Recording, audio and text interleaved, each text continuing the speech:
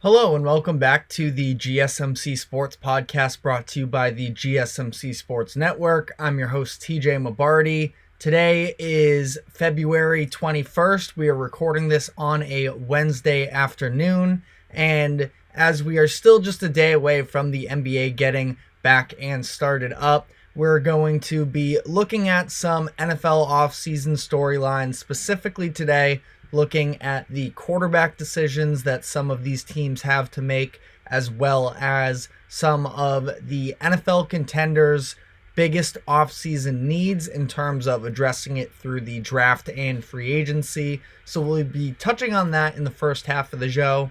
Then in the second half, we will be talking about the new format in college football playoffs that was just approved yesterday, before finally wrapping off the show with some interesting drama that took place over the course of the past 24 hours in terms of Doc Rivers after one of his former players, JJ Redick, went on ESPN and sort of ripped into him. So we will be getting into all of that. But before we do, just a reminder to like and follow wherever you may be following us. And getting into our first segment here, talking about the QB contract decisions in the offseason. Now, we've already talked some as far as which teams need quarterbacks. We talked about this during the Justin Fields sweepstakes almost, as far as what teams could potentially make moves for him. We'll be getting more so into draft-focused talk about the quarterback positions as this offseason goes on. But today I wanted to talk about some of the guys that are currently already with their teams, are under contract for next year, but are now eligible for extensions, and whether or not these franchises should look to get the deals done. So the list of starting quarterbacks that are entering their final year of their contract includes Dak Prescott, Tua Tagovailoa, Jared Goff, Jordan Love, and all of the 2021 draft class, those quarterbacks. But it seems like despite 5 of them being drafted in the first round, we are likely only looking at one of them being the starting quarterback for their franchise next year, which would be Trevor Lawrence with the Jacksonville Jaguars.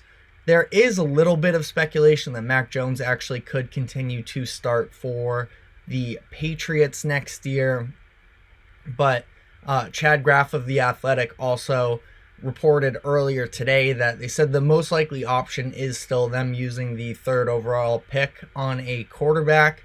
There's also this Justin Fields thing, but I would imagine that any team that trades for him is going to be giving him a contract. I would imagine that that's sort of implied, but as we still don't know what the future holds for Justin Fields in terms of where he will be playing football next year, we're going to hold off on that conversation as well. Sticking with specifically what we're going to be talking about today is the 4 guys that I mentioned, more of the veteran guys not on rookie contracts but are up for extensions this season: Dak, Tua, Goff, and Love. So I think that for 3 of these teams, it is I wouldn't call it a lock or anything, but I think that there are 3 teams of this group that should absolutely be looking to getting their extensions done this offseason. Jordan Love is a little bit of a no-brainer to me. He signed a very team-friendly extension in replace of the 5th-year option.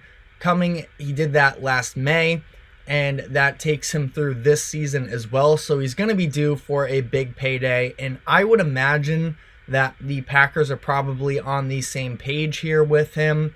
Now, is there still maybe a little bit to prove with Jordan Love? Yes, but he had a very solid season for the most part. I know that there were dips along the course of the season, but I think for the most part, Jordan Love, he was also sort of the rallying force for the Packers when they started to turn their season around, and I think that delivering the playoff run sort of sealed it for him. Now, is it guaranteed he's going to be sort of the continuation of the franchise guy like we've seen with the previous timeline with Brett Favre and Aaron Rodgers and now him. I'm not totally sure. I mean, they showed plenty of clips of that little jump throw that he did, throws off the back foot, weird stuff like that, where it did look eerily similar to Aaron Rodgers in that sense. And the way that their season ended, the final interception that he threw looked very Brett Favre-ish, not necessarily in a good way,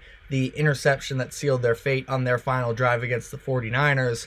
But I do think that there is a ton of potential for Jordan Love there, and they should be looking to extend him long term. I don't really think that there's a ton of benefit of him rolling into next season. I think that the market is only going to go up for him, and I would look to get it done sooner rather than later. You have a very young team. They're still not in great financial situation as a whole, but they already have Love under contract for this season as it is, so that won't directly impact what they can do this offseason, but it sort of helps them retool and get themselves looking towards the future under Jordan Love.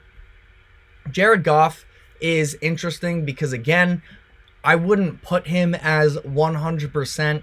If he didn't succeed per se, I wouldn't be entirely shocked, but that being said, he had an incredible year. I mean, really, it was early on in that Detroit stint where I know that they were still very bad to begin the 2022-23 season, but Jared Goff showed, some real promise for them there. And for somebody who had taken a team to the Super Bowl in the past, even though at the time it was a little bit in spite of him, but he has been able to elevate his play over the past couple seasons. I thought that he was extremely impressive in their playoff run, and if you look at that 49ers game, I really don't think that there's very much else he could have done to win that NFC Championship game. I don't put it in the hands of him at all.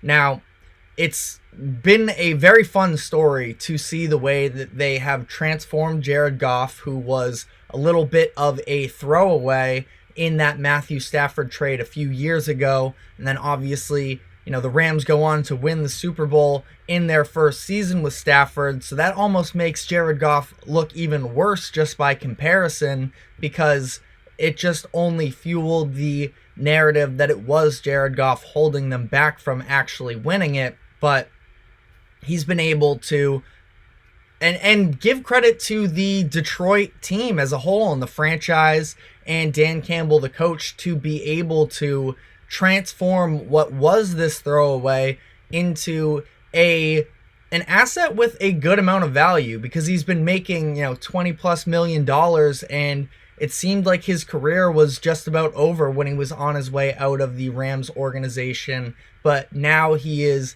going to be in his early 30s and due for a contract extension. His number one running mate in Amon-Ra St. Brown is also due for an extension this offseason. I would imagine, especially the way that Goff, looks for St. Brown so frequently, I think that the team is on board with Jared Goff. They are bought into him. They're bought into the system as a whole. And I think that Ben Johnson as well. I think that it's kind of telling. Maybe it's the fact that by the time they were done in the playoffs, the options weren't quite as great in terms of head coaching jobs. It was Washington and Seattle. But when he came out, he was willing to give this thing another shot. And he said his prime objective was to win the Super Bowl. I think that he thinks they have a great chance, and I would agree with that, the way that the NFC is open and the way that this roster has as much talent as it does. Some of their key players are from that past draft class, and they have a lot of potential. So I think that Jared Goff should also be a name. Is he going to get record-setting money? I don't think I'd go that far, but I wouldn't be necessarily upset if he ends up getting, $30-35 million annually. I think that that's very fair, the price of quarterbacks going, and I think that I might even be lowballing him a little bit. on that one as well. Where this gets to be really interesting is with Dak Prescott and Tua Tagovailoa. Dak, I think, should definitely be re-signed by the Cowboys, but definitely also does come with a little bit of baggage because of the fact that the price is going to be extremely high. NFL insider Jordan Schultz just yesterday said that he thinks Dak is going to be getting over $60 million a year annually on his next deal. Obviously, that is a ton of money to lock up in one guy, and someone in Dak Prescott that hasn't necessarily proven, to be one of the elite top tier quarterbacks. But I think that also, when you look at Dak, I don't think he's held them back through any of these runs, really. I think that he is coming off of just about his best season. You remember he was in the MVP conversations for a lot of this season, and I wouldn't put it on him. Whatever was going on between him and CeeDee Lamb during that divisional round game against the Packers was definitely very strange. Or that was the wild card round, sorry, but definitely very strange. They weren't on the same page, and as a result, their offense was slow to start. Sure, they got going towards the end, but at that point, it was too little, too late. I thought that loss was more about the defense, though. It does get interesting because you're talking about $60 million for one player.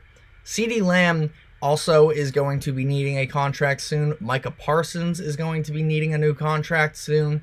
So you have a lot of guys to pay for here, and wrapping all that money up just in Dak Prescott is risky, I'll say that.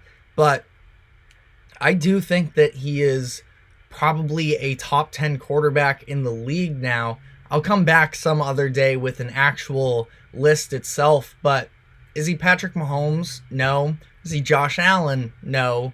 But I think he's, on that Kirk Cousins tier. He can definitely, I think, be on that Matt Stafford tier, where he's maybe not necessarily going to single-handedly elevate you to a different level, but if you have talent around him, I think that he can win. I think that, for me, I haven't been a big Mike McCarthy guy in the past, so I think that there have been other issues here. Like I mentioned, I thought it was their defense, the reason why they lost this year, but I think that they are going to be a little bit handicapped here, especially as Jerry Jones says they want to be all in this year. Now, he hasn't been entirely committal on the idea of getting Dak under an extension, so if this doesn't happen this offseason, I wouldn't be shocked, but I think that it is probably the direction they will and should go. I do not think that the Dolphins should extend Tua Tagovailoa this offseason, and I know that comes with risks as well. I have not been a very big Tua guy for the majority of his career, and it doesn't sound like a lot of people are as a whole. I think that he executes the Mike McDaniel offense very well, and the relationship that he and McDaniel have is definitely a powerful one. I think that you have to give McDaniel a lot of credit for the confidence issues that Tua was going through early in his career when he was getting all of the blame. If you remember, Brian Flores, who was their head coach before McDaniel, was very low on him, and him and the front office butted heads about the idea of having him be the quarterback for the future.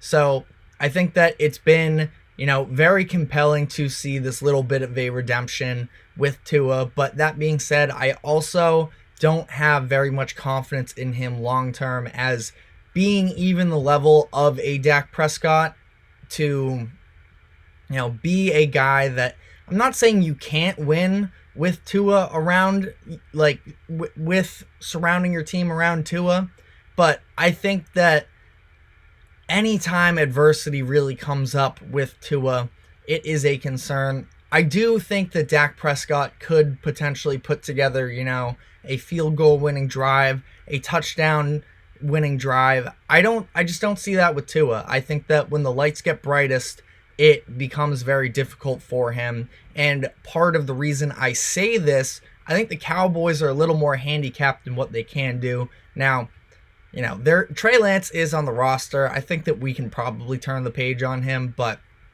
he's somebody who was drafted number 3 overall in that 2021 class. When they made the move, I'm like, hey, maybe something could happen here if Dak were to fall short, but he responded with the best season of his career. I just don't think that they have a lot of options, especially considering where they view themselves. Now, the Dolphins are in a little bit of a similar situation, but I think that it is more about the system that is there in place with Miami than Tua itself. And because the offense is such a well-oiled machine, you have Tyreek Hill, you have Jalen Waddle, you have a very good run scheme behind you. I think that you can get away with not paying Tua, and a little bit of this Kyle Shanahan effect, if you would remember, McDaniel, Shanahan come from the same tree. I think the coaching tree, that is. I think that Tua can be replaced by somebody else at a much cheaper price and not see a significant drop off. I think the Cowboys do significantly drop off if they don't pay Dak Prescott, where it's not fair. And, I want to preface this already, but if you look at their past 2 seasons, Skylar Thompson had a better playoff performance than Tua did as the starting quarterback for the Dolphins in the playoffs. Now, the Chiefs' defense this season and the weather elements that the game was being played under, obviously a much more difficult task than Skylar Thompson had playing the Bills' defense last year, but that was not a lackluster group necessarily. They were a lot healthier than we saw, the version of them that we saw at least this past playoffs. And I think that the Dolphins could get away with sort of going a little bit cheaper in the quarterback position until they find, that top end guy that's really worth paying long term. I think that, I'm going to get more and more into the draft as we get closer to it, and I will talk about college football later. I'm definitely not a college football expert, so I hope that this doesn't come off as a little bit of a lazy comparison, but I think that Michael Penix would be a very solid fit in that Miami Dolphins offense, where you have the deep balls, the outside of the numbers players in Tyreek and Waddle. Struggles a little bit when you get pressure on him up front, but I think that's similar to Tua, especially with the injuries we've seen in the past. He's very much not mobile, not a mobile version, at least that we saw pre-concussions that he suffered last year. I think that him and Michael Penix share a lot of similarities. Now, Tua better inside the numbers. He is maybe a little bit better in terms of accuracy and anticipation, but Penix is somebody that is probably going to fall outside of the first round, and I think that if the Dolphins could get him for a day 2 pick, that would definitely be something that would intrigue me. Now, if that's not the case, I do kind of think that they could still just play out the season with Tua on the contract he's currently on and reevaluate the position next offseason if you think that, and we can see here, because if he balls out next year, then yes, the contract is going to be higher, but at least you'll have more confidence in him. Me, myself, right now, I just don't have that level of confidence in him. And I don't know, we'll see the injury concerns and all of that, which also do exist for Michael Penix, I'll say that as well. And if they draft Michael Penix, I'm not even saying that he has to start over Tua, but he can be in the building. You can sort of get that comparison. And I don't know, I just think that it is a very risky move for the Dolphins to try and get out ahead of Tua, because at best you're saving yourself, I don't know, maybe maximum $5 million annually. Just, sort of rough estimate there. And worst case, you are costing yourself wrapping all this money up in a guy who is not cut out for the job. So that's my thoughts on it. I'm sure we will get more on that subject as the offseason progresses. But for now, we're going to be taking our first break. And when we come back on the other side, we are going to be going over some of the biggest needs for NFL contenders for next season. So stick with us. We will be right back. I feel like I'm losing my mind. Is everybody in the world blind? Please, Lord, give me a sign, a sign. I feel like I'm losing my mind. Is everybody in the world blind? Please, Lord, give me a sign, a sign. I wanna be the greatest. Everybody on the fake shit. I look around and feel like everybody is the fake. Cause I make this every day and I'm impatient. Hoping one day I blow up from the basement. Statement, the top is so vacant. I don't hear shit that I think is amazing. Waiting for my day when I'm playing. Sold out shows for 1,000 faces. Hey, give me that crown. Get in my way and to be put down. It ain't your place, all this my town. If I want that shit, then I'll get it right now. I'm losing it, the noose it fits. I'm losing shit, a stupid myth. You choose to live, I choose to dip. You choose to fight, or lose your grip and lose a gift. Oh. I feel like I'm losing my mind. Is everybody in the world blind? Please, Lord, give me a sign, a sign. I feel like I'm losing my mind. Is everybody in the world blind?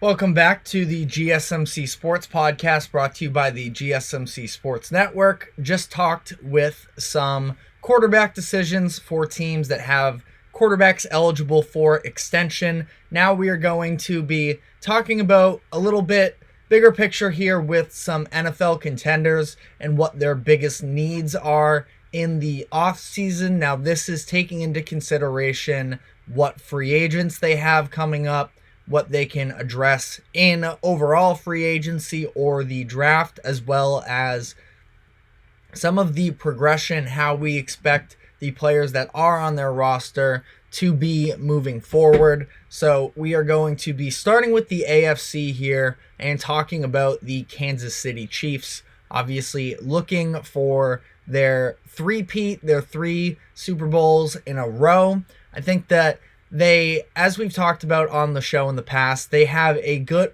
amount of guys specifically on their defense that are coming up on free agency that sort of plays into their needs.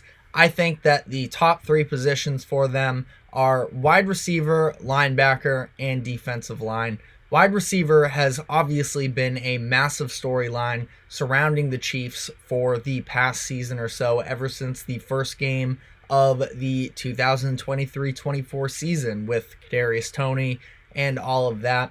And Rashee Rice developed very nicely over the course of the year. Marquez Valdes-Scantling, I mean, he made the big catch against the Ravens in the AFC Championship game that sealed it, but I still think that they would like to get some guys around Mahomes that are a little more reliable long-term for them. And you also have to keep in mind that Travis Kelce, he is only getting older from here after a tremendous workload over the course of his career, and especially during these past these past few playoff runs.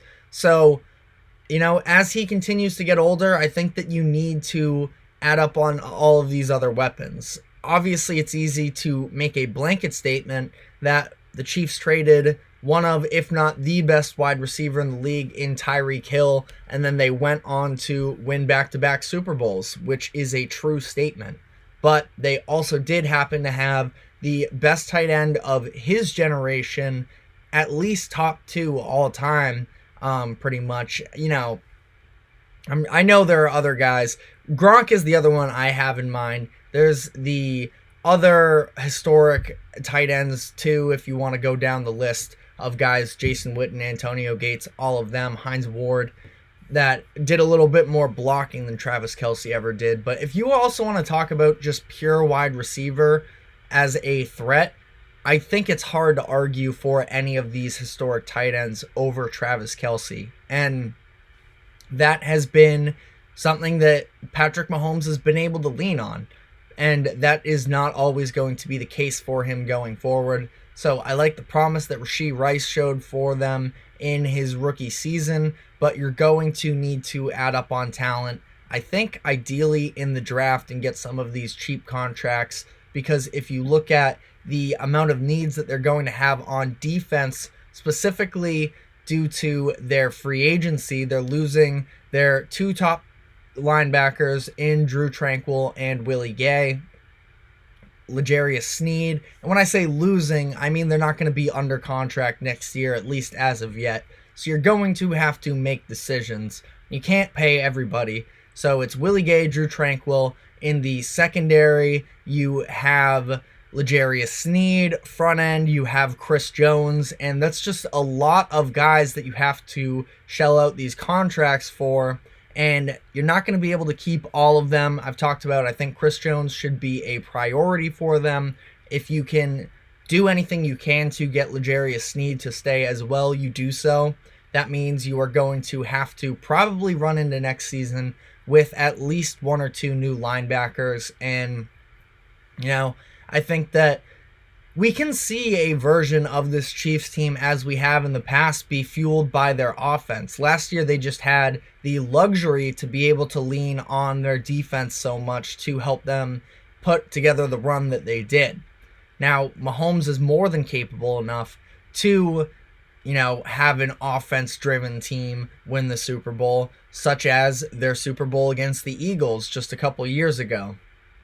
So I think that receiver is the top target for them. And speaking of wide receiver needs, the next team I have here is the Baltimore Ravens, where I have their top needs as wide receiver, the defensive front line, and offensive linemen. Receiver, I talked about this on the show the other day with the Ravens, where Zay Flowers was a tremendous addition to their offense last year, which was great to see because Lamar has not had really a plethora of great receivers surrounding him through his career early here in Baltimore.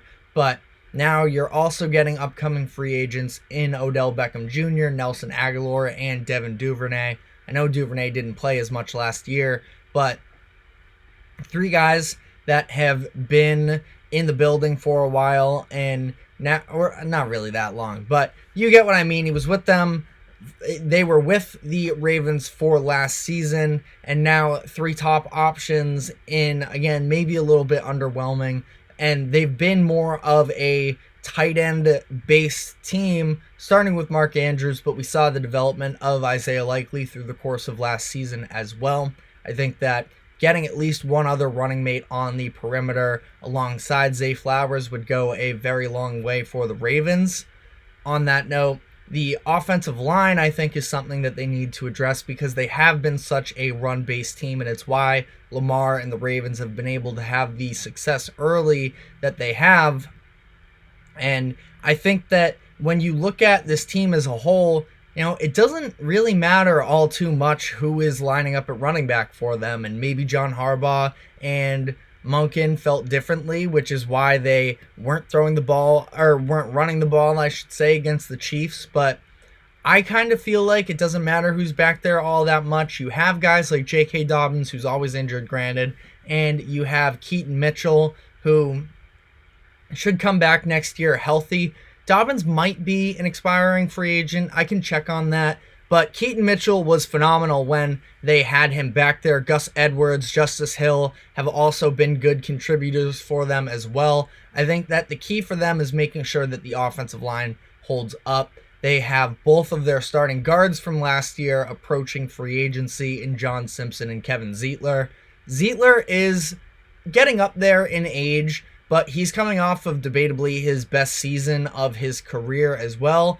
Was selected to his first Pro Bowl this past year, and I would assume that their thought process is just to retain those two, but one way or another, whether it's them or other solid options, I think that making sure that offensive line holds up is the key. Now, I mentioned the defensive front line. it can be addressed by re-signing some of their free agents. Justin Madubuike is the big one for them, but you have others, including Jadeveon Clowney, who I don't really think will be back for the Ravens next year unless him, from his perspective and the type of career he's had, where he has bounced around a little bit and seemingly found a very comfortable role within that Ravens defense, maybe would want to stick around. But defensive coordinator Mike Macdonald also just left for the Seahawks head coaching job, so we'll see with that. It's interesting here because they're a little handicapped in terms of salary cap flexibility, so I would expect them to tag Madubuike, let Clowney walk, and sort of do the rest of what they can through the draft, because it's also going to be a lot of emphasis trying to make sure that Patrick Queen comes back, their star linebacker, Geno Stone, their safety, coming off of a great season. I would imagine that they're going to want to re-sign him as well. So that's what I would consider their needs to be. Switching over to the NFC here a little bit.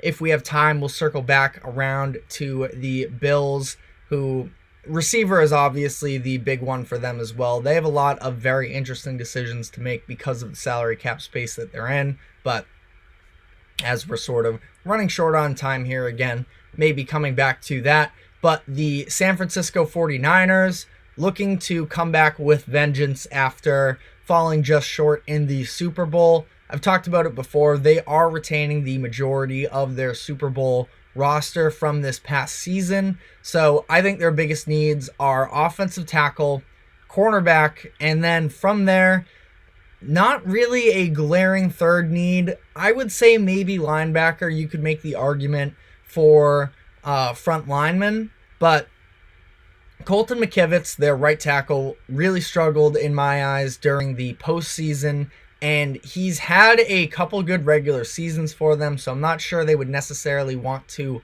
fully move off of him, but I think that they're going to need depth one way or another, because you also have Trent Williams on the other side, who has been tremendous. Has 3 straight All-Pro first-team selections, so it's not about replacing him necessarily, but he is going to be 36 next year, and he's really been struggling with health during the course of the past few seasons. So whether it's finding somebody to replace Colton McKivitz or even just having another person in the building where if McKivitz drops off, you can have him take over there or fill in for Trent Williams, who again has missed a lot of time over the past few seasons. And I'm sure that he would be somebody that would be very solid to learn under from. So I would say that cornerback, secondary was really the weakness of their defense last year. And really, when you look at their team as a whole, probably one of the biggest weaknesses, if not the biggest. But they are set to get their safety Talanoa Hufanga back from injury next year. I think that automatically raises the floor of their secondary. Ambry Thomas, I've talked about him on the show before, where he got a lot of snaps for them during their playoff run. He was sidelined for all but one in the Super Bowl. So you think that on the perimeter, getting some of some draft picks, I think could be very helpful. It's tough to solely rely on youth. They're another team. It's not like they have tons of flexibility in terms of salary cap, but if they could maybe go out and get somebody, maybe a veteran, a little bit on the cheaper side, Stephon Gilmore, maybe he's going to be asking for more money. And it's not that he's, the lockdown version that he was when he was Defensive Player of the Year, but I think that he can still maybe potentially be looking for a little bit of, just not ring chasing necessarily, but trying to get back out there. I know that he already has one as it is, but, we'll see with that. You would hope that Jair Brown can take a step in his second season, which would be a very positive sign for them, especially with Tayshaun Gibson probably seeing his way out of San Francisco during this offseason. I included linebacker as this third need for them just because their roster is very complete, but they are going to be without Dre Greenlaw for likely a lot of next season. obviously tore his Achilles in the Super Bowl on that really tragic, really unfair, really situation while he was running back onto the field off the sidelines. Oren Burks really struggled in his absence when he was filling in, and granted, this was being thrown into the situation spontaneously for him, but Burks is also going to be a free agent anyways, so I'm not sure the Niners are really going to have him as a top priority guy for them as it is. Like I mentioned, frontline depth is something that could be addressed just based off of the number of names that are headed to free agency, but it's not like they were heavy playing time guys with them. Yes, you have Chase Young, but I've mentioned can get a compensatory pick for him in return. Sebastian Joseph Day is the other big name there, but Randy Gregory, Javon Kinlaw, Clennon Farrell, and others are also all upcoming free agents, and you imagine they're not going to be able to re-sign all of them, but they have their main three guys as it is in Nick Bosa, Eric Armstead, and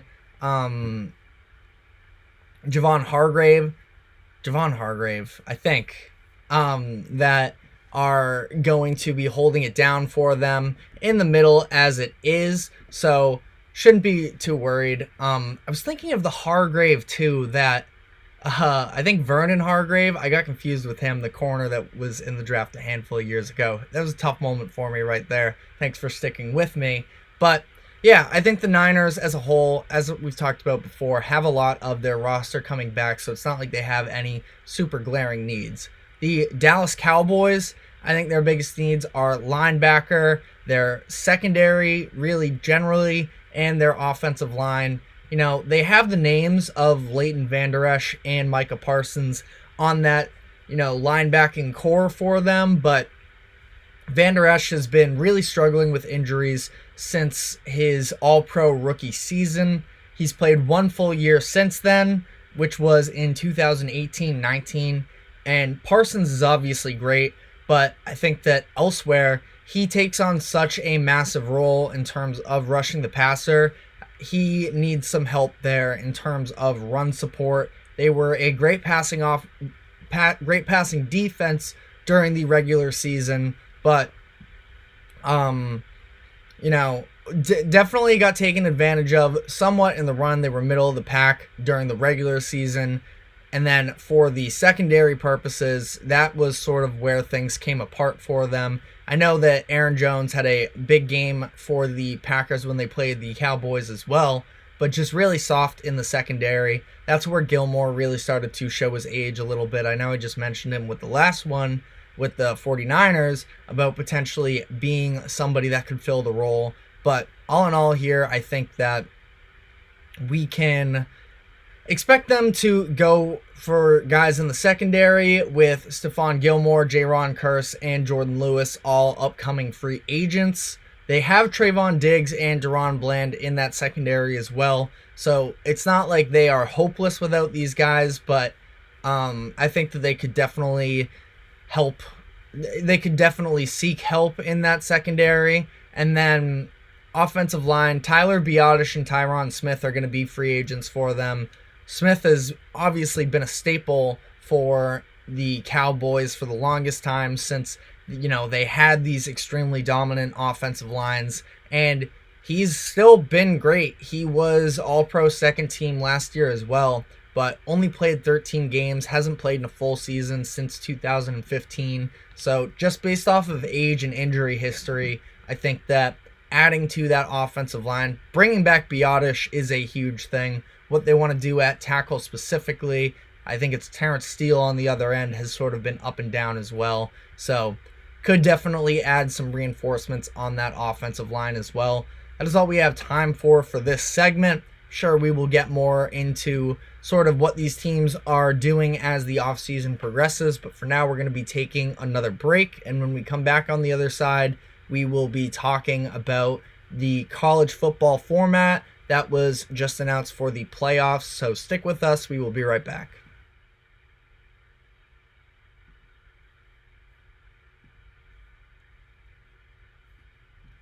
For the best and latest podcasts available anywhere, go to the podcast app on your cell phone and type in GSMC. to access free content-rich podcasts on health and wellness, book reviews, sports, entertainment, relationships, social media, movies, technology, finance, and even weird news. Subscribe and download the GSMC Podcast Network's family of shows, available everywhere podcasts are found. Welcome back to the GSMC Sports Podcast.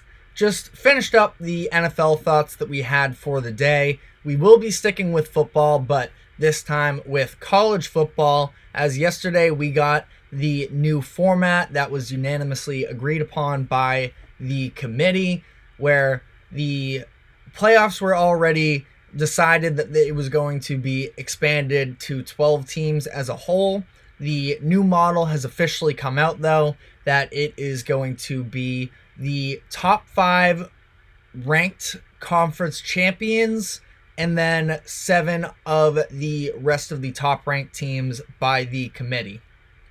A couple other notes on this. The top 4 will be getting a first round bye, so that means in order to get a bye, you have to win a conference championship. And then interesting that the first round games will be held at the university's home stadium, so not on neutral sites for the higher seeds in those matchups. Also going to be a little bit interesting considering that typically takes place, late December, where a lot of schools have their students home for break. So in terms of turnouts for those games, could be just something to monitor in terms of what that home field advantage is truly going to mean, but obviously easier than going on the road. So all in all, I think that it was time for the playoffs to expand. I know I'm a little bit late to the conversation because I wasn't with GSMC when they made this first announcement. I wasn't always on board necessarily for the expansion of the playoffs because as somebody who has been a casual college football fan for a lot of my life, I thought that the entertainment factor of those last couple weeks in college football between the final week of the regular season and then the results of the conference championship weekend was just madness that always led to these debates that for me were always really entertaining to be a part of when it comes to looking at the resumes and what teams should make the cut. But I think that this year sort of took it to another level that wasn't really my cup of tea, obviously. It just sort of went overboard with this whole Florida State thing, where I thought that the College Football Committee got it right, and you can sort of look at the body of work that Florida State put in. Body of work being undefeated, but also, I was at the Boston College game where they almost lost that game. Boston College just had a million penalties and they very easily could have won that game. And then it was the very next week where if Clemson had an actual place kicker, not somebody that was doing online grad school or whatever it was remotely at home, they fly him in to kick the chip shot field goal that would have had Clemson win that game.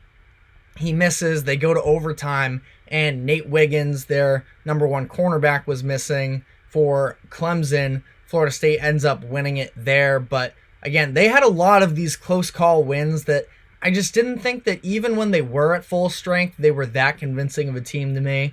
And then you come in and you have Bama, who, no, did they look tremendous all year themselves? No, but they finished the season on the right note, beating Georgia, winning the conference championship, and I just thought that it was the right decision, especially once Jordan Travis went down. But I've already spent too much time on this specific debate.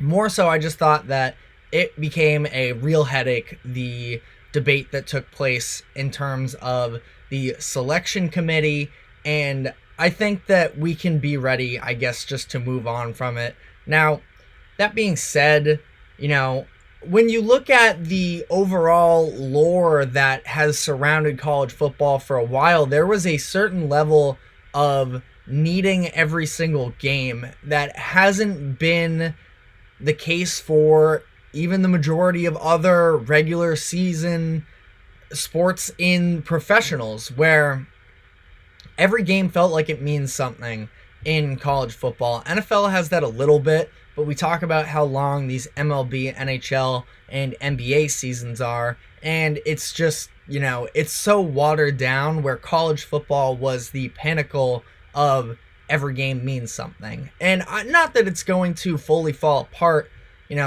more than 2 losses, you are in a very rough position in terms of being able to make the playoffs, but it's just a very inclusive format that we now have put out there. And how worthy is that 12th ranked team in terms of getting a chance to play for the national championship, especially in a sport where this year was an exception, and sort of we'll get into that as this segment goes on. But there hasn't been a ton of parity in college football during the college football playoffs era here for the past decade or so, where we've seen a lot of the same logos dominate the playoffs year in and year out, with usually, one exception of a team that comes in and sort of makes some noise, whatever that may be, whether it's an LSU team winning it all, a TCU team winning and then getting destroyed in the national championship game. Cincinnati was another one where they came in and didn't really have much of a chance at all. They were rolled over by Bama in the first round there, but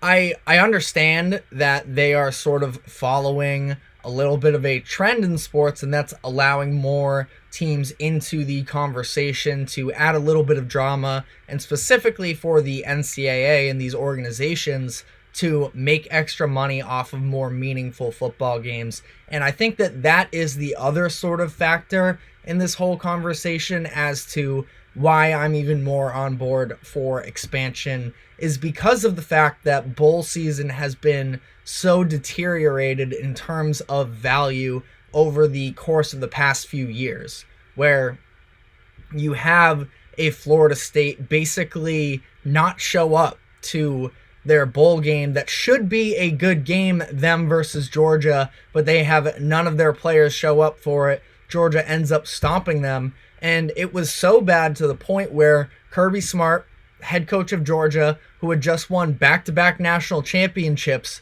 finished with 1 loss, and they very much had an argument themselves to be in the playoffs this year. If you're just talking about best teams that were in the country this year, as opposed to, the semantics of the resume, he came out, instead of complaining about the fact that Georgia wasn't in, I'm talking after this rout that they had on Florida State during their bowl game, he came out afterwards, and instead of complaining about they are clearly one of the best 4 teams in the country this year, they should have been in the playoffs, he took the time to address how much of an embarrassment it is to college football that that's the type of game that takes place because of all the people holding out from the game. He said it's something that needs to be fixed, and I do think that the expansion of the college football playoffs is part of the fix for this, because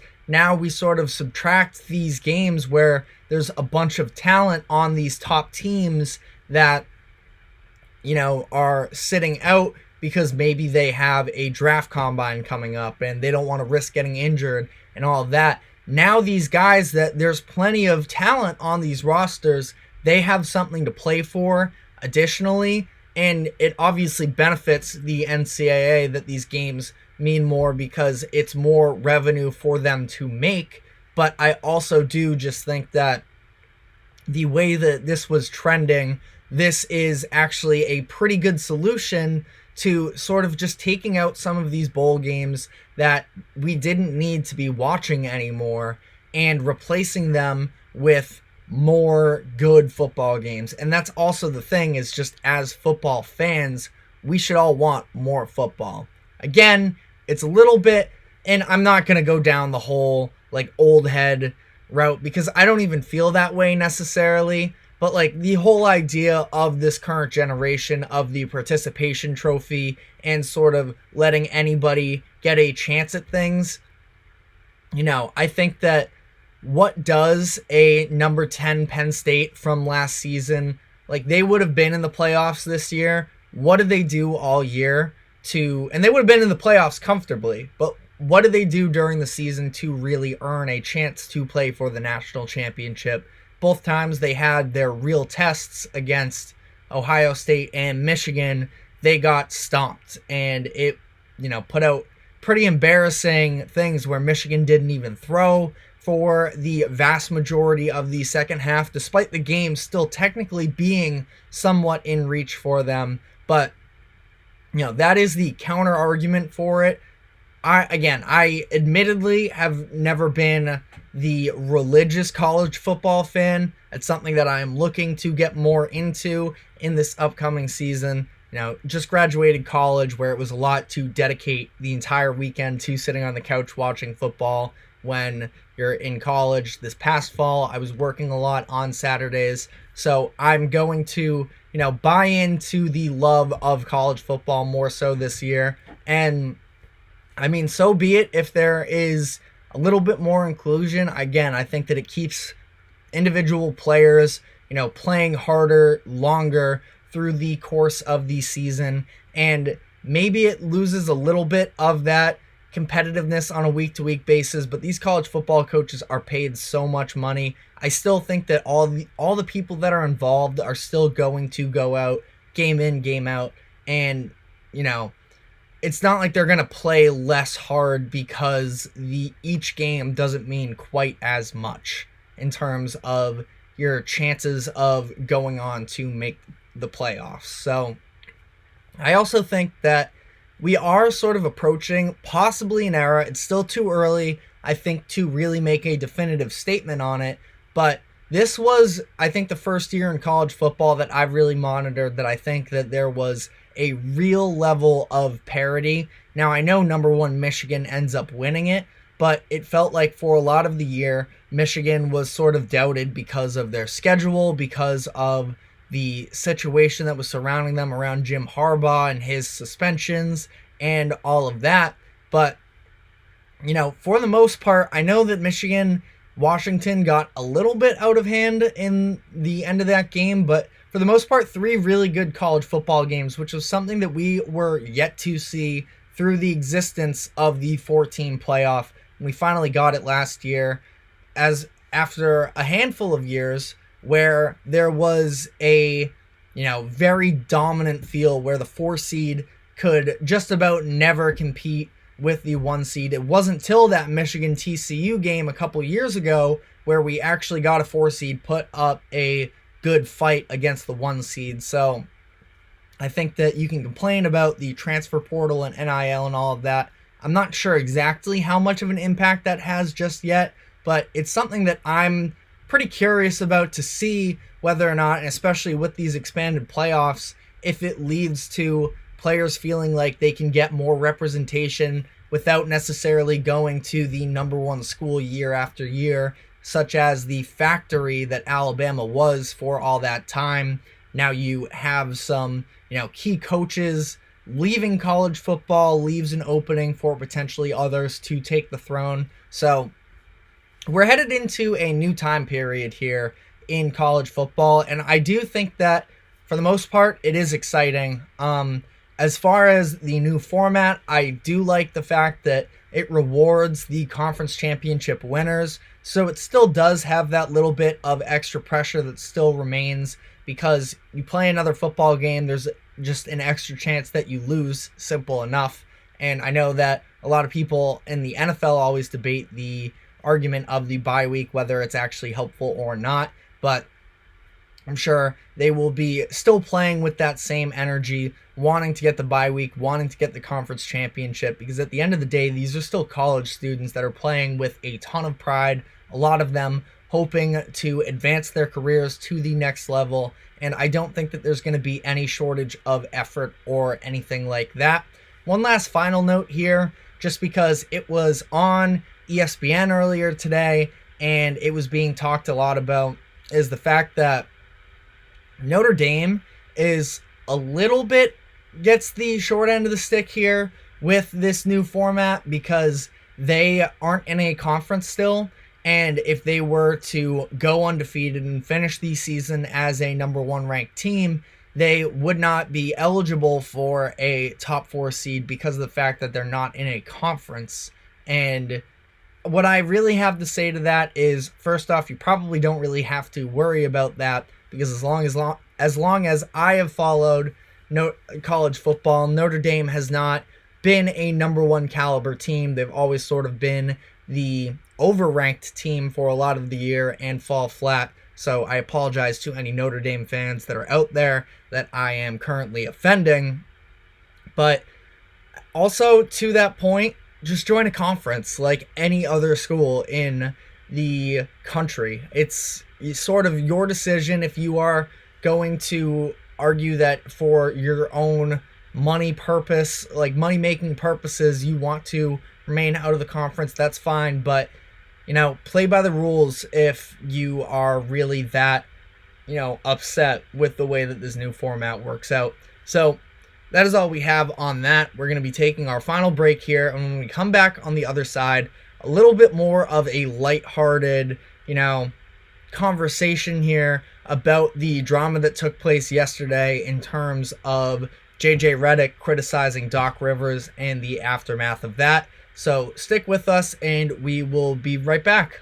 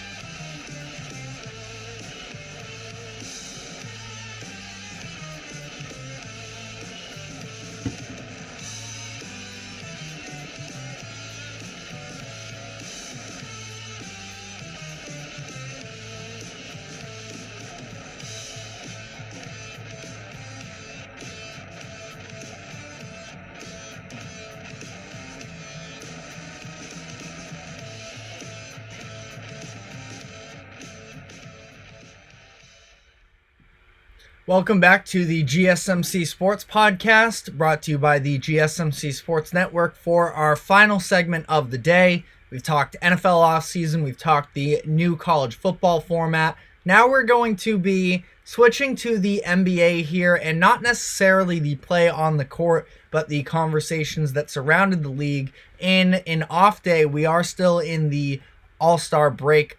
Officially, the games start back up again tomorrow, so we'll be able to talk more so about the bigger picture things, the second half of the season and all of that. We already have some segments planned for that, but it's interesting because especially given that we are on this break, JJ Redick made his return to ESPN. He had been off of First Take for a while. He spent a lot of time doing the show with them earlier in the year, and he comes back yesterday and things got a little bit heated where he went on this rant talking about Doc Rivers after Doc Rivers this past weekend at All-Star Weekend talked about how hard his position is and, specifically coming in during the middle of the year and taking over for somebody else's job.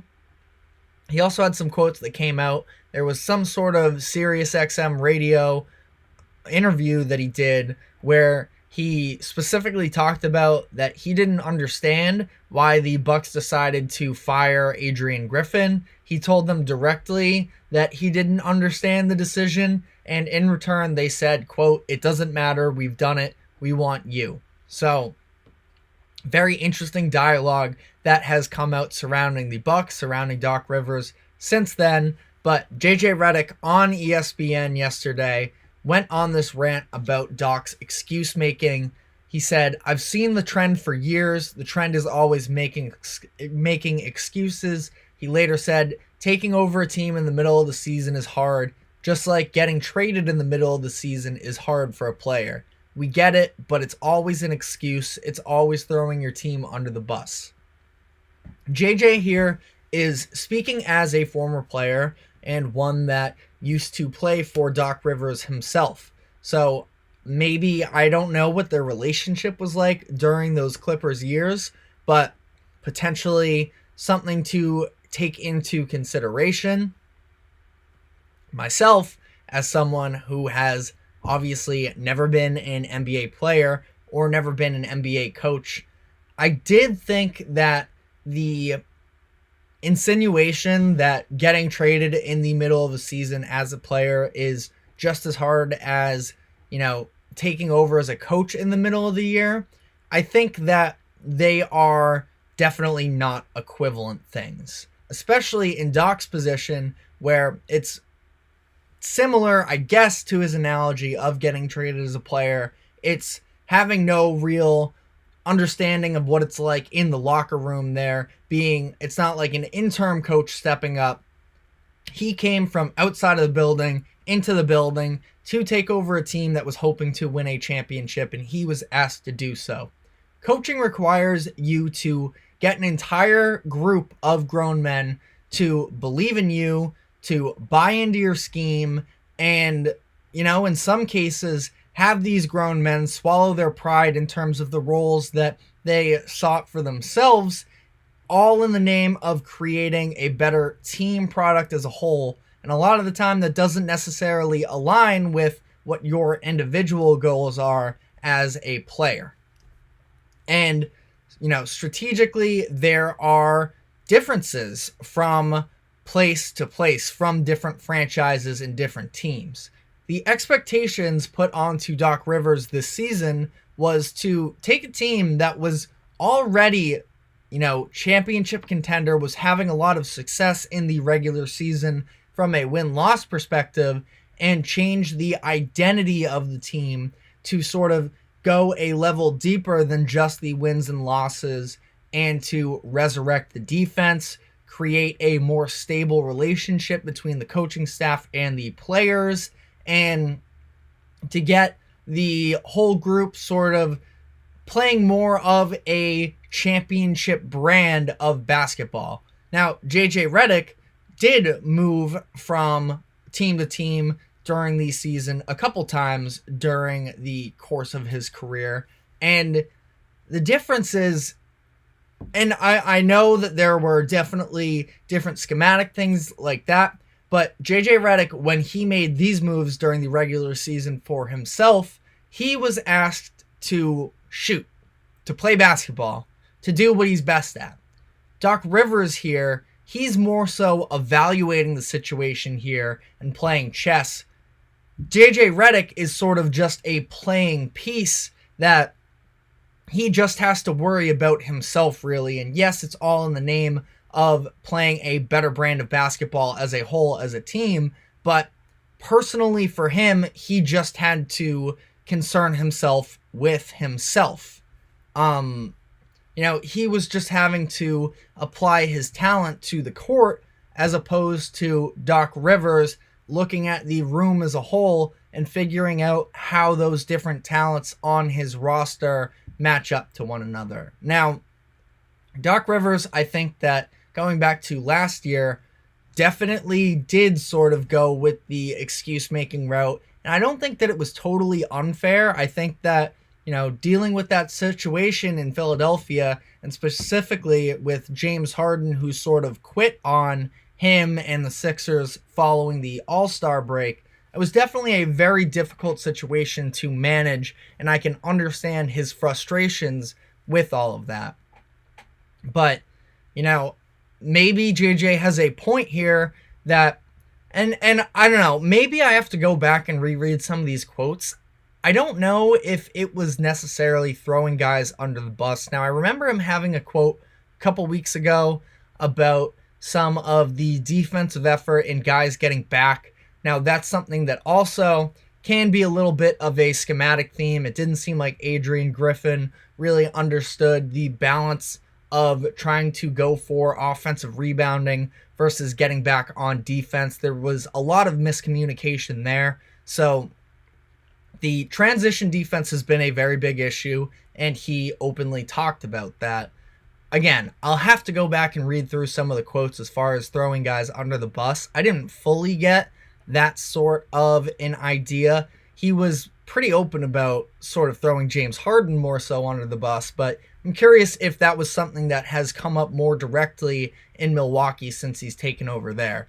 But because of this rant from JJ Redick, a couple other people in the NBA community spoke up, starting with Patrick Beverley, who was just traded to the Bucks during the All-Star break, sticking up for his guy, his coach, and, he's trying to sort of assimilate himself into Milwaukee, and part of that was defending the guy at the top, the guy that's not selfishly, but the guy that's calling all the shots, including your individual playtime. So, and Pat Bev has never been short of words, and especially with social media presence since taking over his podcast, which is a pretty good watch. Definitely do recommend it. But Pat Bev tweeted back at JJ after this, saying that Doc Rivers was the savior of his career, and JJ wouldn't have been where he was if it weren't for Doc Rivers, which I definitely disagree with.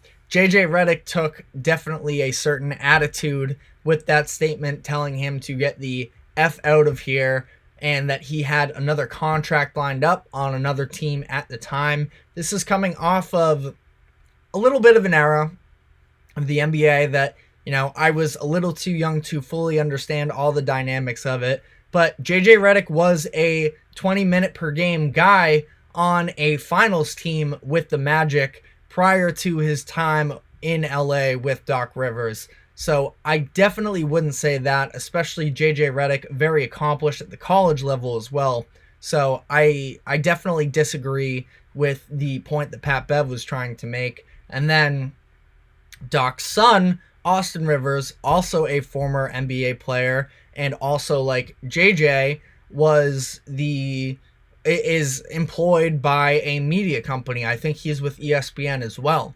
And he just said that he found the comments to be strange. He said that Redick played the best basketball of his career under Doc, and he didn't really understand where it was coming from. That is also a pretty debatable statement in terms of the best basketball of his career being under Doc Rivers. I'm curious what JJ's take on when the best basketball of his career was, because like I mentioned, he was pretty impactful as that sort of six-man role coming off the bench for a team that made the finals with the Magic. Keep in mind, Doc and the Clippers never made the finals. I'm not sure if they even made the conference finals to even that extent as well. So, impact guy off the bench. And JJ has always been, a role player guy, a very impactful role player guy, but it's not like he's been a number one star necessarily. But I do think that when he was sort of elevated to a higher role in terms of the pecking order of scoring options, it was when he was in Philadelphia playing off of Joel Embiid. That's when he averaged his career high in points per game. So you have a role player in JJ Redick, but one of the best role players at the time that he was in the league, and he did different things for these different teams over the course of his career. So not that Austin Rivers was saying these comments necessarily in all too malicious of a way. I think that this was Austin who was going to get asked about the thoughts of it because he works in media, because it is his father that was sort of on the other end of this pretty big story of a rant, especially once Pat Bev got himself involved. But, all in all, I think it's very interesting, and the perception of Doc Rivers for a lot of it has been because of the fact that they've blown the 3-1 leads his teams have. It's been 3 different 3-1 leads in different locations as well. So the stubbornness, the not being able to make adjustments is something that has followed him around a little bit. And again, I think that last year in Philly, there was definitely a throwing his team under the bus, but we are still in the pretty early stages in terms of Doc Rivers in Milwaukee and the roster that he's still getting familiar with himself and all of that. So there's still time for him and this team to turn things around. I know that there's been a lot of weird quotes that have come from the Bucks from this past weekend as a whole that we don't really need to touch on all that much right now, but there was Giannis saying that he doesn't even watch basketball. He doesn't know what his opponents are going to do. It makes the game harder for him. Dame Lillard gave his dream starting five, and it did not include Giannis, but it included Bam Adebayo, who obviously plays for the Miami Heat, and Dame kept putting out these subtle hints that he was trying to go to Miami this offseason. So, a lot of weird stuff going on with the Bucks right now, and it does sort of make you not feel great about them as far as a contender. With star power alone, I think that it's hard to write them off, but they're also definitely not making it easy. I know that Doc didn't even necessarily say anything himself other than people sort of making fun of him for the quotes about not understanding why they were hiring him instead of Griffin, which that phrasing alone even is a little bit, cherry picked, the way that you can put it that way. But there's just a lot going on with the Bucks right now, and there's tons of talent there. Are they going to figure it out? That's something that we can talk some more so on as the NBA season is getting into full effect after the All-Star break, after the NFL season has ended. So we will absolutely be continuing to talk about their situation as a whole. As for now, that is all we have for today. Thank you very much for tuning in. Thank you very much to the GSMC Sports Podcast, the GSMC Sports Network, for allowing us to host these shows. Just a reminder, we will be back every day at 2 p.m. So we will catch you guys tomorrow, and thanks for tuning in.